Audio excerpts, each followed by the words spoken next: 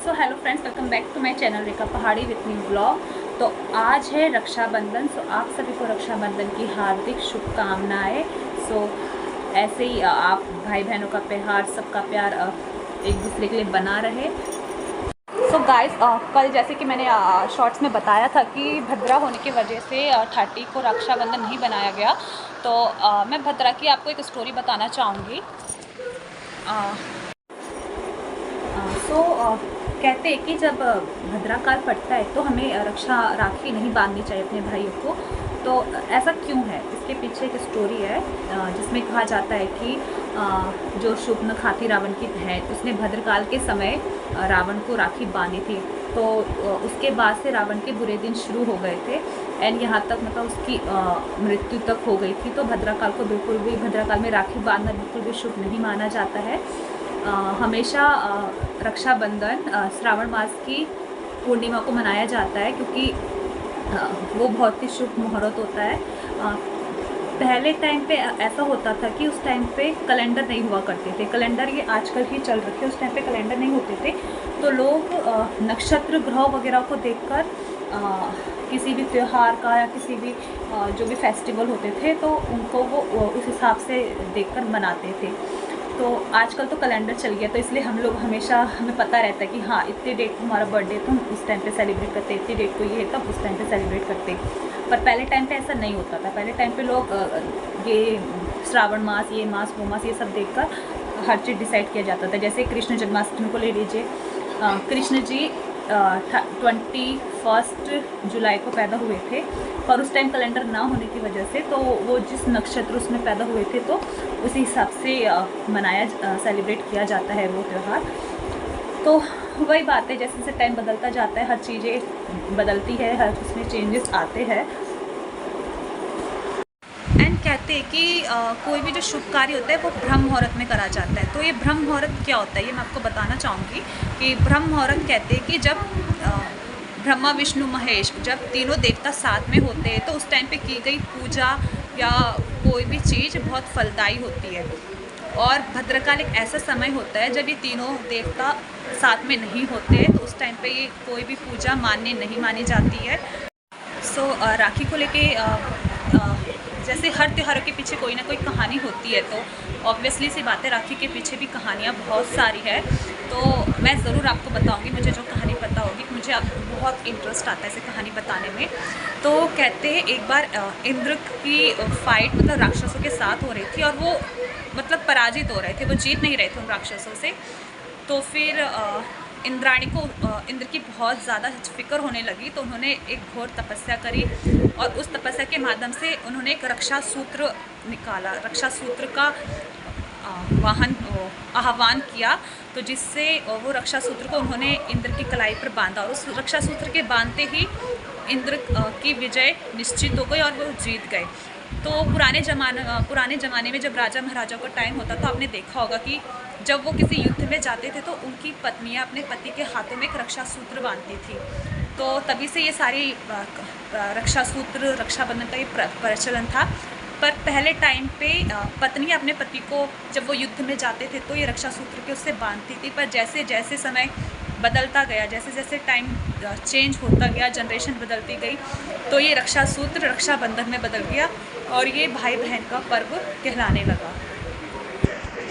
And ब्रह्म मुहूर्त क्या होता है मैं इसके बारे में बता रही थी पहले आपको। तो मैं ब्रह्म मुहूर्त ना एक ऐसा मुहूर्त होता है जिसमें जितनी भी सकारात्मक ऊर्जा है वो अपनी चरम सीमा पे होती है। मतलब उस टाइम पे बहुत ही पॉजिटिव एनर्जी होती है और जितने भी देवी देवता है वो सब धरती पे नीचे आते हैं उस टाइम पे। तो इसलिए ब्रह्म मुहूर्त को बहुत ही ज़्यादा शुभ माना जाता है। इसमें एकदम पॉजिटिव वाइब्स चारों तरफ फैली होती है। एंड रक्षाबंधन के पीछे दूसरी कहानी ये भी है कि जब श्री कृष्ण ने राजा शिशुपाल का जब वो वध कर रहे थे तो उन्होंने अपने उंगली पे सुदर्शन चक्र लिया था, तो जिससे उनके हाथों में उंगली से खून निकलने लगा। तो द्रौपदी ने अपनी साड़ी का एक हिस्सा फाड़ के उनकी उंगली में बांधा। तो श्री कृष्ण ने वचन दिया द्रौपदी को कि जब समय आएगा वो उसकी रक्षा करेंगे। तो ये वही साड़ी का वो टुकड़ा था जब द्रौपदी का चीर हरण हो रहा था, उन्होंने उस साड़ी के दुपट्टे को वो खोल के उसकी चीर हरण को बचाया था। तो ये भी रक्षाबंधन के पीछे एक स्टोरी है। और एक स्टोरी विष्णु जी को लेकर है। विष्णु जी ने राजा बलि के बारे में सबने बहुत सुना होगा, जो बहुत दानवीर माने जाते थे। तो विष्णु जी ने वामन अवतार लेके वो राजा बलि के पास गए और उनसे 3 पग भूमि दान में मांगी। तो बलि तो थे वैसे ही बहुत दानवीर, तो उन्होंने विष्णु जी को भूमि दान में दे दी।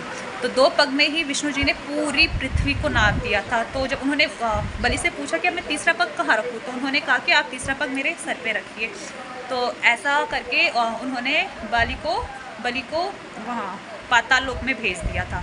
तो उसकी इस भक्ति भाव को देख के खुश होके विष्णु जी ने कहा कि तुम मुझसे कोई भी वर मांगो, मैं तुम्हें मतलब आशीर्वाद देना चाहता हूँ। तो फिर बलि ने कहा कि मैं जब भी उठता हूँ, जागता हूँ, बैठता हूँ, सिर्फ आपको ही देखता हूँ, तो मैं चाहता हूँ कि आप हमेशा मेरी आंखों के सामने रहे।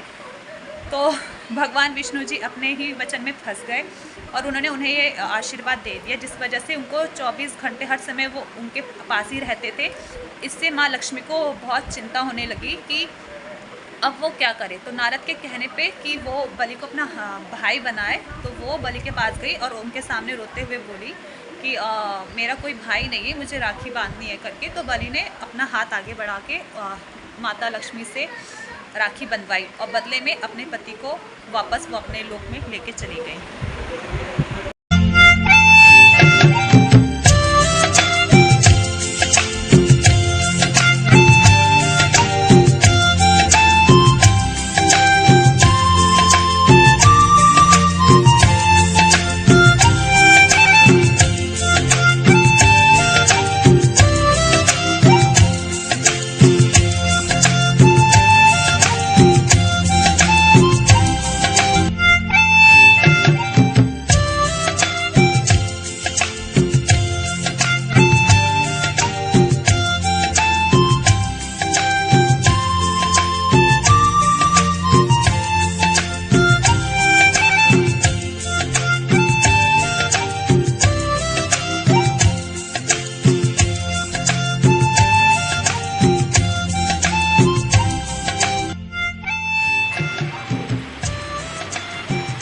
गाना गाओ। बहना मेरी भैया मेरे, राखी के बंधन को निभाना।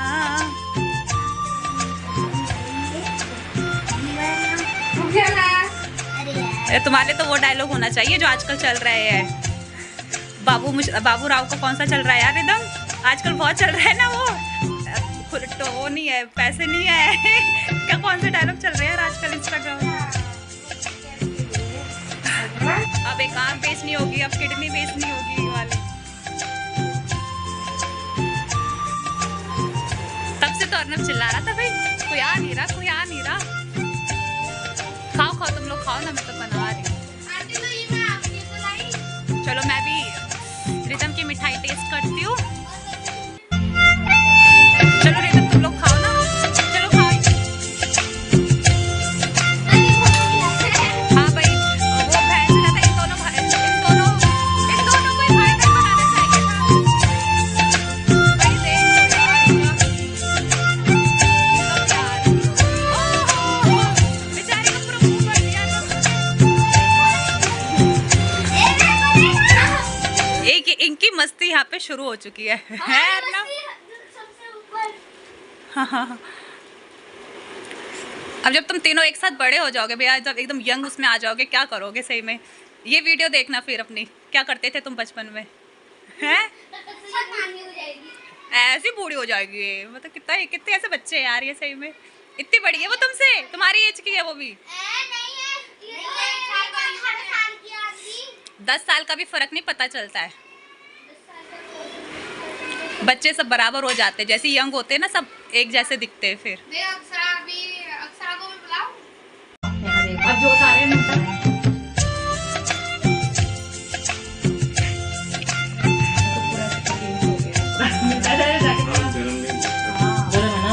एक तो झापी गई दी के चक्कर में सब जगह। सो अभी हम पहुंच गए मामी की यहाँ पे रक्षाबंधन बनाने सब लोग। सो यहाँ पे हम पूरी अपनी फैमिली इकट्ठी हो रखी है और फिर अभी सारे भाई आते फिर यहाँ पे हम पूरी अपनी फैमिली इकट्ठी हो रखी है और फिर अभी सारे भाई आते फिर हम लोग सेलिब्रेट करते हैं। तब बांधेंगे फिर हम राखी। फिर मिलते हैं ब्रेक के बाद मिलते हैं वो लोग। कौन आई भाई? ये हीरोइन आगे से धूप आ रही है पूरी, दिख ही नहीं रहा है साफ। हेलो भाई। सो यहाँ पे सारी सिस्टर इकट्ठी हो रखी है, सारी सब बहनें इकट्ठी हो गई है।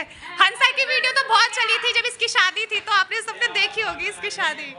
और इंदर भैया भी पहुंच गए भाई। नमस आप पैर छुओ।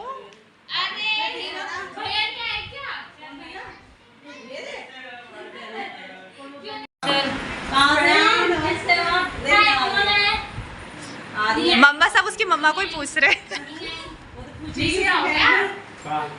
अब आएगी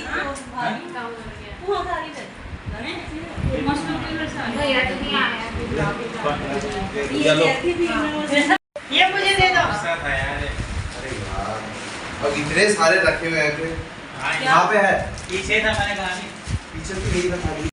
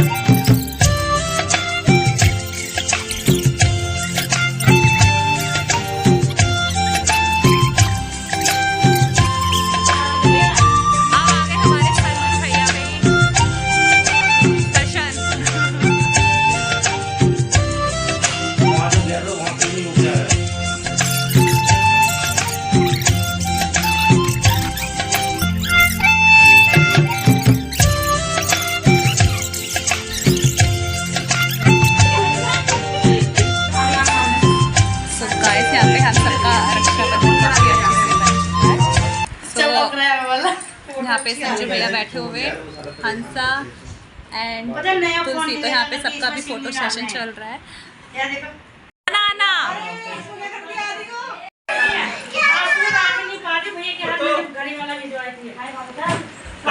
तो यहाँ पे सबकी चॉकलेट चुराने वाले वही है, सबकी चॉकलेट चुराने वाले। तो यहाँ पे सभी बहनों की लॉटरी निकल रखी है चॉकलेट की। ये बाल निकाल के क्या हो रही है? तो बांधो चाचा को पैसों नमस्ते बांधो बांधो। चाचा के पास आया। ओए बेटे हीरो पटेल। हाँ कॉल कर देना। टीका लगा लिया भैया को। गंजा हो रहा है गंजा। चलो ये फ्री में दे कपड़ा दे दो अर्नव। अभी मैं बांध देती हूँ, दे दे। बहनी को दे। ये हीरो कौन है? दे दे ये दोनों का टीका लगाया भैया को।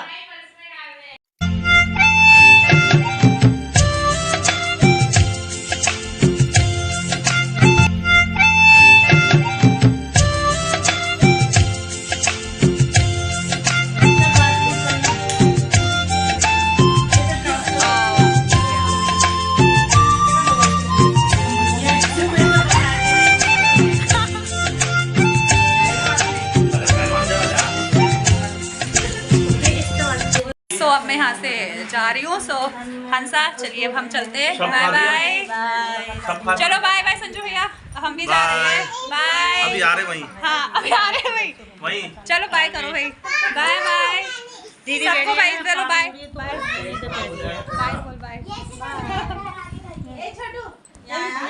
सो यहाँ पे दी ने बहुत अच्छे से डेकोरेट करा है भाई। यार दी आपने तो बड़े प्यार से ऐसे डेकोरेट करके रखे। सो वही यार इतने प्यार से कितना उससे सजा रखा है, सही में देखने वाले भी खुश हो जाए मतलब है। सो ये हमारी सुशीला दी। सो ये मेरी सबसे फेवरेट वाली दी है। वो कहाँ गई?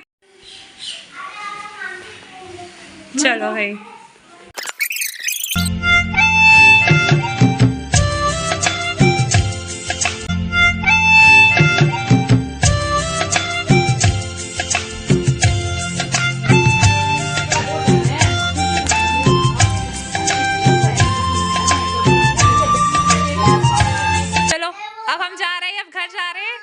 Bye bye bye. चलो यार सब चलो बाय कर दो दी को सबको। चलो बाय कर दे, बाय कर दे। चलो बाय। गाइस अब आखिरी घर बचा है जहाँ पर जाना है, वो है मेरे क्या नाम था उनका, कोई मामू थे। नहीं अभी वो रास्ते में मिलेंगे हमें। सो ये यहाँ पे हमारी दी का घर है जो अभी बन रहा है। एंड से नहीं अभी थोड़ी टाइम पे ये भी कंप्लीट हो जाएगा, फिर हम दिखाएंगे आपको। सो आपको मेरी वीडियो अच्छी लगी हो तो please do like comment share and subscribe my channel. So मिलते हैं नेक्स्ट ब्लॉग में, तब तक के लिए बाय बाय गाइस।